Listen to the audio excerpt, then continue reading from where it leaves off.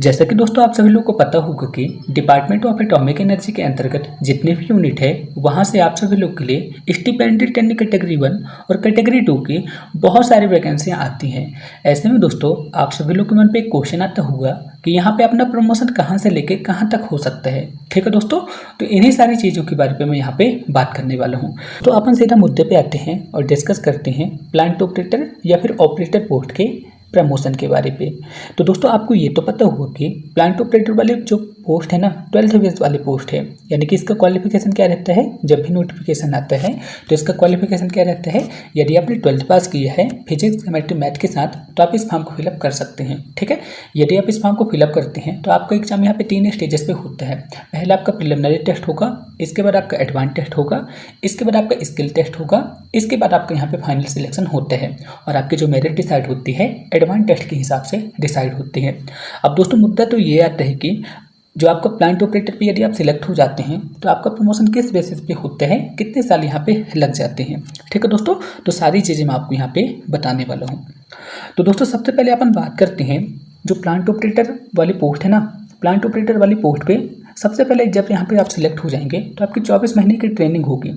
ठीक है, 24 महीने की आपकी यहाँ पे ट्रेनिंग होगी, यानी कि 2 साल की आपकी यहाँ पे ट्रेनिंग होगी, जिस पे पहले 6 मंथ क्या होता है दोस्तों, पहले 6 मंथ आपको पढ़ाया जाता है। कैसे पढ़ाया जाता है, जैसे आप स्कूल कॉलेज पे पढ़ते थे ना उसी तरह से आपको यहाँ पे पढ़ाया जाता है। ठीक है, जैसे आप कॉलेज पे पढ़ने जाते थे उसी तरह से आपका क्लासरूम प्रोग्राम रहेगा।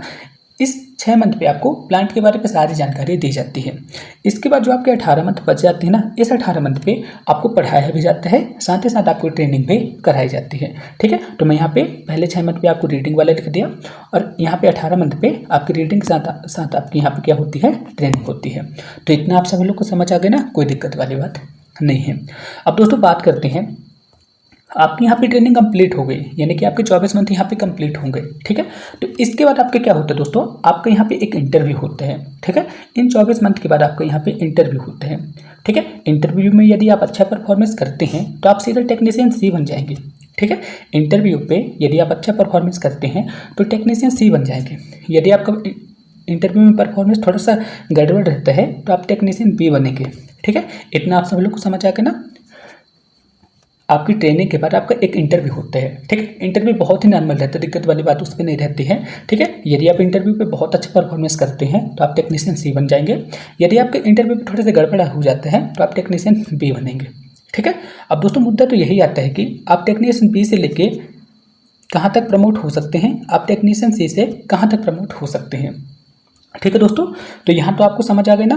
अब दोस्तों बात करते हैं, यदि आपका इंटरव्यू खराब गया है, ठीक है, यदि आप टेक्नीशियन बी हैं, ठीक है, टेक्नीशियन बी से टेक्नीशियन सी में जाने के लिए आपको कितने साल लगेगा दोस्तों, 3 साल लग जाएगा। ठीक है, इतना आप सब लोग को समझ आ गया ना।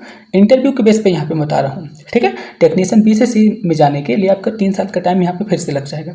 इसी तरह से दोस्तों टेक्नीशियन सी से लेके टेक्नीशियन डी तक जाने में फिर से 3 साल का टाइम लग जाएगा। इसी तरह से दोस्तों आप यहाँ पे देख ही सकते हैं, आपका प्रमोशन टेक्नीशियन बी सी से लेके कहाँ तक हो सकता है दोस्तों, टेक्नीशियन सुपरवाइजर बी तक आपका यहाँ पे प्रमोशन हो सकता है। ठीक है, यदि आपके पास हायर क्वालिफिकेशन है ना, जैसे यदि आपने इंजीनियरिंग की है, ठीक है, आपके पास एमएससी है, बीएससी है, तो आप उस बेसिस पे भी एग्जाम दे सकते हैं। या फिर दोस्तों आप इसी पोस्ट पे लेके आप अपने एक्सपीरियंस के बेसिस पे, ठीक है, आप यहाँ पे भी प्रमोशन पा सकते हैं। देख सकते हैं दोस्तों सारी चीज़ें यहाँ पे बताई गई है। ठीक है, जैसे दोस्तों टेक्नीशियन बी से लेकर टेक्नीशियन सी तक जाने पे आपको 3 साल का टाइम लग जाएगा। सी से डी में जाने पे आपको 3 साल का टाइम लग जाएगा। टेक्नीशियन डी से लेके टेक्नीशियन एफ पे जाने पे आपको 5 साल का टाइम लग जाएगा। इसके बाद आपका टेक्नीशियन ई से टेक्नीशियन जी तक आपको 6 साल का टाइम लगेगा। टेक्नीशियन एफ से लेकर टेक्नीशियन जी तक यहाँ पे आपको 4 साल का टाइम लग जाएगा।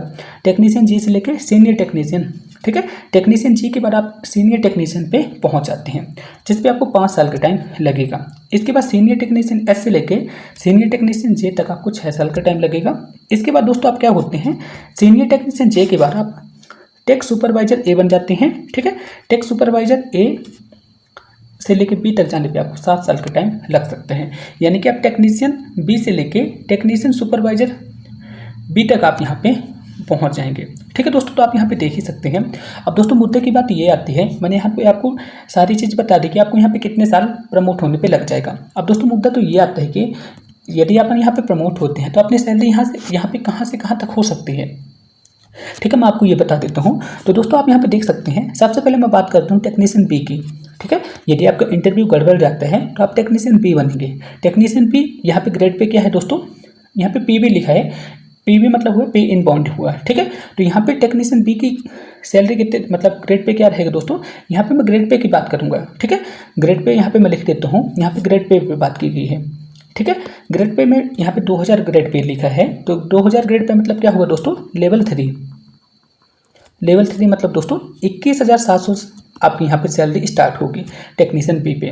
और टेक्नीशियन सी यहाँ पे 2400 ग्रेड पे लिखा है। 2400 ग्रेड पे का मतलब क्या होगा दोस्तों, 25,500 रुपये आपकी यहाँ पे ये सैलरी हुई। ठीक है, इसमें आपको डीए भी मिलेगा, एचआरए भी मिलेगा, तो आपकी सैलरी बहुत ज़्यादा हो जाएगी। तो यहाँ पे मैं बेसिक बता रहा हूँ, ये लेवल 3 हो गया, ये लेवल 4 हो गया। ठीक है, ठीक है, यहाँ से लेके दोस्तों आप लेवल 3 से लेके या फिर दोस्तों आप लेवल 4 से लेके आप देख सकते हैं, यहाँ आप 7600 ग्रेड पे तक आप जा सकते हैं। 7600 ग्रेड पे मतलब क्या हुआ दोस्तों, आप यहाँ पे देख सकते हैं लेवल 12 की पेमेंट। ठीक है, लेवल 12 की पेमेंट कितनी होती है दोस्तों, मैं आपको ये भी बता देता हूँ। लेवल 12 की पेमेंट होती है 78,800 रुपये तक आपकी यहाँ पे सैलरी हो जाएगी। इसका आपका 50% डीए भी मिलेगा, एचआरए भी मिलेगा। तो आप सोच सकते हैं दोस्तों आपकी सैलरी कितनी हो सकती है। ठीक है, यदि आप प्लांट ऑपरेटर वाले पोस्ट पे ही रहते हैं तो आपकी सैलरी यहाँ पे लेवल 12 तक की आपकी यहाँ पे पेमेंट हो सकती है। इसके बाद भी आपका प्रमोशन होगा, आपको ये दिक्कत वाली बात नहीं है। तो आप यहाँ पे देख सकते हैं दोस्तों, टेक्नीशियन बी से लेके आप टेक सुपरवाइजर बी तक आप यहाँ पे प्रमोट हो सकते हैं। ठीक है, यहाँ पे जो सिस्टम दिया गया ना ग्रेड पे के हिसाब से बताया गया है, तो ग्रेड पे के हिसाब से मैंने आपको बता दिया दोस्तों।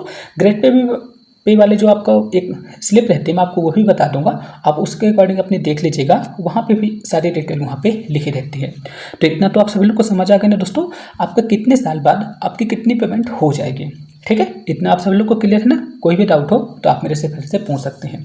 अब दोस्तों मुद्दा ये आता है कि यदि अपने के पास आप 12th बेस में आप यहाँ पे सिलेक्ट हो गए, ठीक है, आपके पास इंजीनियरिंग है, आपने एमएससी कर लिया है, ठीक है, ये या फिर आप और हायर क्वालिफिकेशन यहाँ पे कर चुके हैं, तो यहाँ पे आपका प्रमोशन उस बेसिस पे हो सकता है। तो आपको बता दूं दोस्तों, जी हाँ, वहाँ पे भी आपके डिपार्टमेंटल एग्जाम होते हैं, इंटरव्यू होता है, उसके बेसिस पे भी आप वहाँ पे भी पोस्टिंग ले सकते हैं। ठीक है, तो मैंने आपको सारी चीज़ें बता दी दोस्तों। फिर भी आपके मन पर जो भी डाउट हो ना, आप मेरे से पूछ लीजिएगा, मैं आपको रिप्लाई जरूर दूंगा। ठीक है।